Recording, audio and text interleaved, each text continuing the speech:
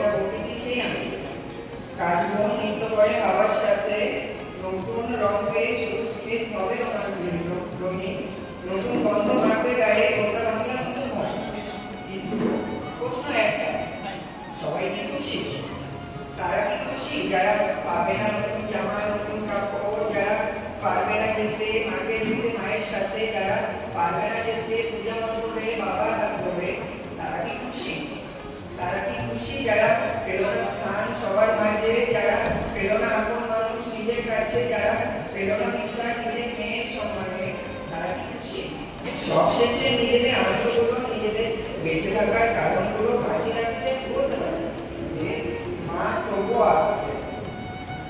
আসছে পুরাতন ঘরটাতে, নতুন বেশে, নতুন